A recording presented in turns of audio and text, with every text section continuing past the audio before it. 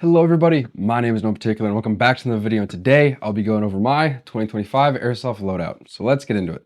So, right off the bat, if you've been watching the channel for a little bit, you would know that this gun looks familiar, and if you haven't watched in a while, this gun might not look familiar at all. So, this gun originally looked like this.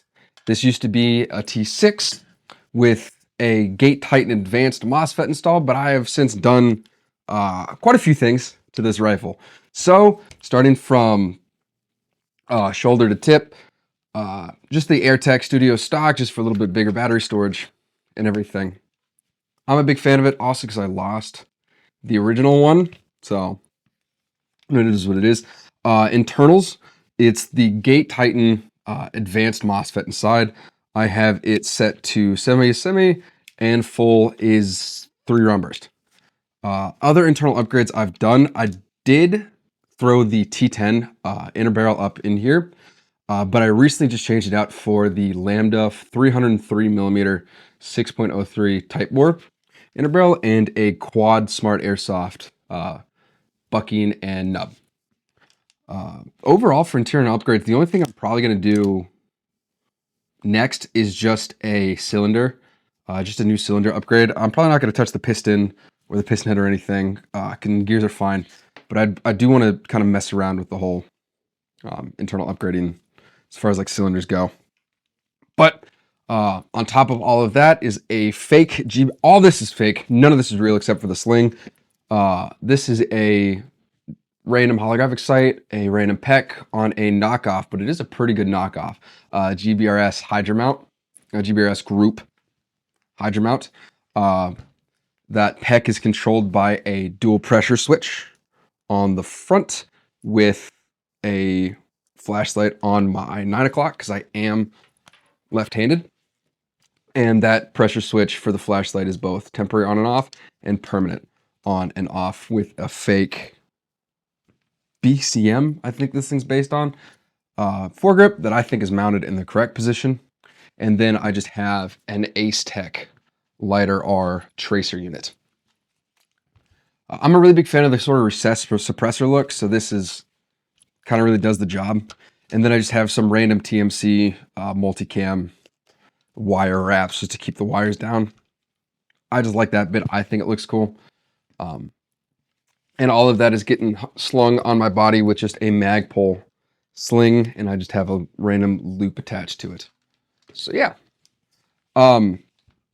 The reason why I still have the whole upper receiver for the KWA T6, KWA does not want you to take off the barrel nuts on their receivers. So I bought this rail from a nearby shop. I think it was called Barbados Airsoft shop in Verona in Italy. So I bought the rail and it didn't come with a barrel nut. That was a whole different goose chase to find. But I went to several stores to try to get the barrel nut off.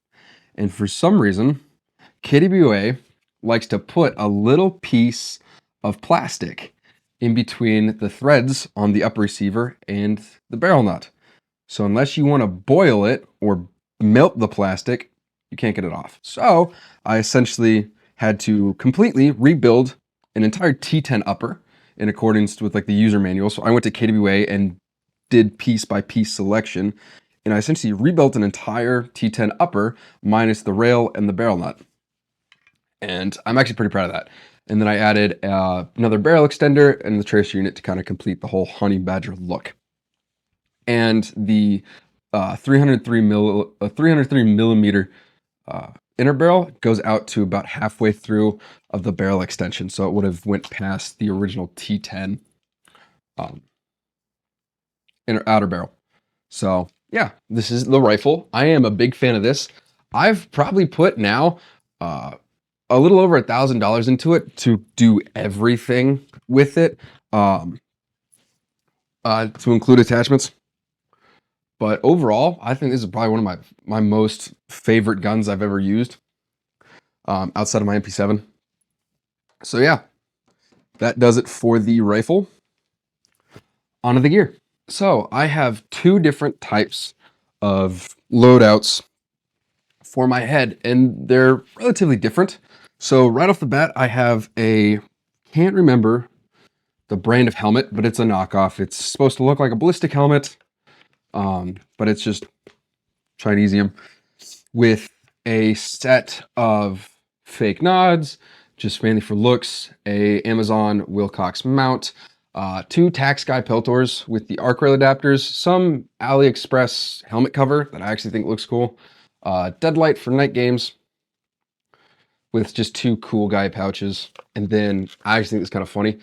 The counterweight pouch just has dead batteries, so it is technically a counterweight. I just put dead batteries in the back, and that just runs down to my comms. I have the wire in between the headsets just running up and underneath. I know people that run it over top the helmet. I don't know why you would do that, but you know, that's just me. And then depending on if I am running a helmet or my normal headset, will depend on the type of PTT I use. But yeah, that does it for the helmet. I like it, but I pretty much only ever wear the helmet whenever I want to record or whenever I want to take like cool guy photos. So whenever I want to record, the NVGs come off, the Wilcox mount comes off, and then it just slaps on the helmet GoPro mount. And I haven't actually recorded since I've been here. So I'm excited to do that. Mainly for the fact that it's like negative 15 degrees outside. It's a little bit too cold to play airsoft, and there's no CQB places near me, which sucks. I mean, Canada technically has one that's like 3 hours away. I'll see what happens. But for the more of a recce style of loadout, I just have a set of MSA Swordens. These are the kind of the funny ones because they have the LED in it, and it's very bright. And I've used this a few times going into the night while playing because I did a 2-day event up here before it got too cold, and it was really nice to actually have a light just shine over everything without being obnoxious and not having to waste a hand. And that just essentially goes over my baseball cap. Oh goodness. And then the face pro I've been using is just the same DM Delta Mic face pro that I got when I was in the UK. I freaking love this thing. If you can, get this. If not, there are a lot of other options for face pro that is like that. And then for iPro, I recently got a set of these in. I had a set of these before I started making videos, but I accidentally broke them, and I just never got another pair. I've just been using Oakley's. But these are probably my favorite iPro set of iPro I've ever had. I've actually never had these fog on me. From what I can remember, as long as you're not in like a sauna, you should be fine. And these are just a set of Global Vision iPro in yellow because it helps with contrast. Moving on to the chest rig. If you've been watching my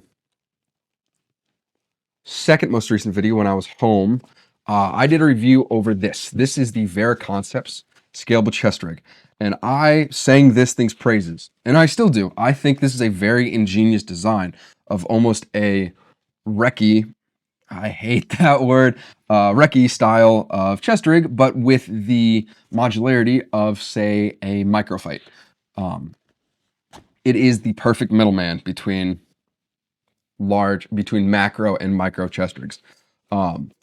I have not done any modifications to it. The only technical modification I have done to this is a T-Rex arms backstrap in the back, which does a lot, which makes a massive difference, mainly for the fact that it has the elastic on both sides. So you can kind of tighten it down on like your shirt, but if you put on a hoodie, you can still stretch with it. So you're not always having to adjust stuff. That's the only like modification or like not stock thing I've done to it. On the left pocket, I'll keep my spare batteries with a mag under my left armpit. Just one because I am left-handed, so my comms will always be on my right side. And in the front, I have just a random like 308 style insert that I put so that way I can carry 5 mags up the front. And in the dangler, I have a balaclava and a headband. I wear the headband underneath the helmet so that way sweat doesn't get in my eyes and cause my eye pro to fog. And the balaclava is just for whatever you would need a balaclava for, kind of thing. And there's also hook and loop in there that I'll keep patches on me to trade out at the field. On the right side, I have my Baofeng UV5R. I have the extended battery because I don't really want to charge these very often. And all the batteries I have are the ones that I can plug in to like a USB cable. So if I forgot to charge my batteries, I can like charge it on the way to the field with my truck. Hello everyone, editing no one in particular. I don't know. This is after the video's already been filmed. But today, a little bit later after I made the video, I got this Unbound Provisions Baofeng protector that I will keep on the radio. It just attaches with the 2 screws that are in the back for the pocket clip, and it keeps your volume button free from accidentally getting bumped or moved up or down, as well as it also provides a guard for the buttons. So this is also going to be a, well, technically permanent addition to my loadout with just an abri bending antenna. And then the speaker mic that I use is a Calm Mountain speaker mic.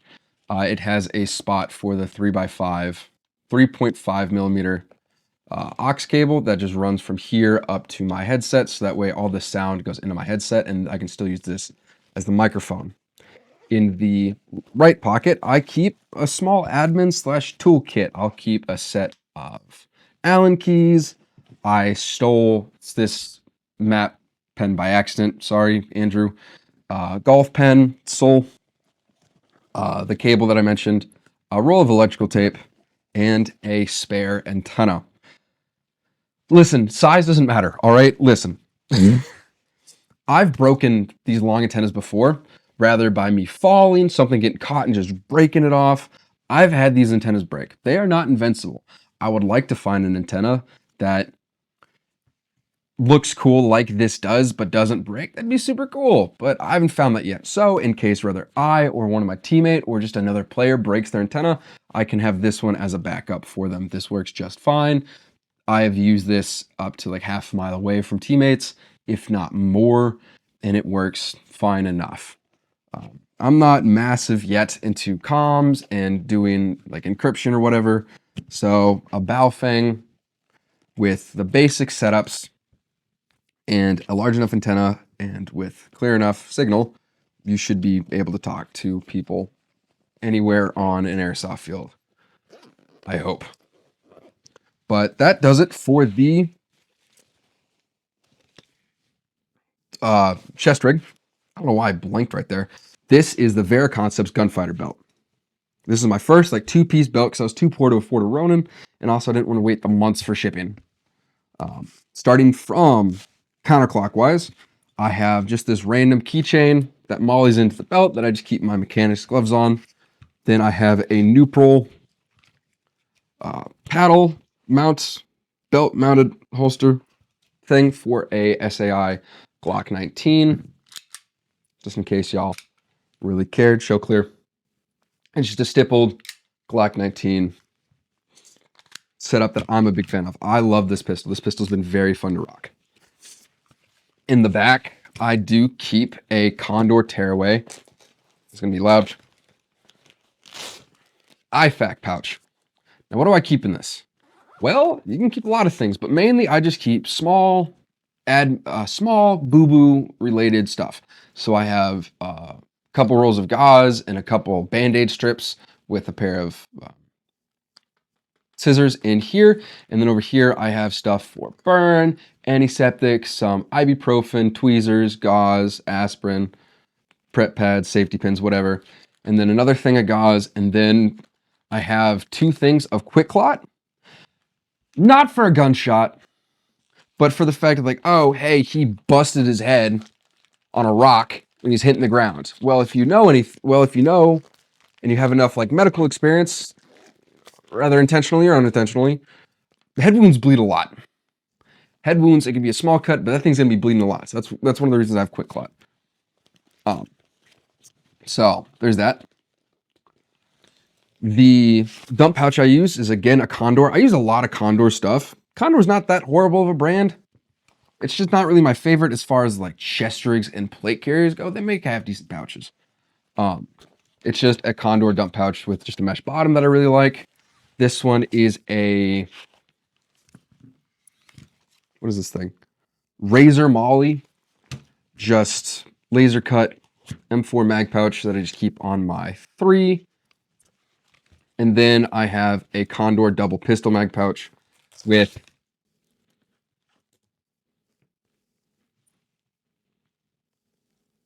I don't know where the plate went. I don't. Oh well, I'll find it, or I won't. One of the two. Where I'll rather keep 2 magazine, 2 pistol mags, or a pistol mag and a multi-tool. So there's that. Now going for boots, I have a few options because I think boots should also count as a loadout, depending rather on colors or like terrain. I'll rather carry a set of Danners or a pair of Solomons. I wear these for work. I'm a big fan of these. This is like my 3rd pair I've had. I buy a new pair every year. These, I've never actually had a pair of Solomons. They're cool. I went hiking in these up in the Dolomites when I was still in Italy, and these were not very good for the snow. These would have been perfect.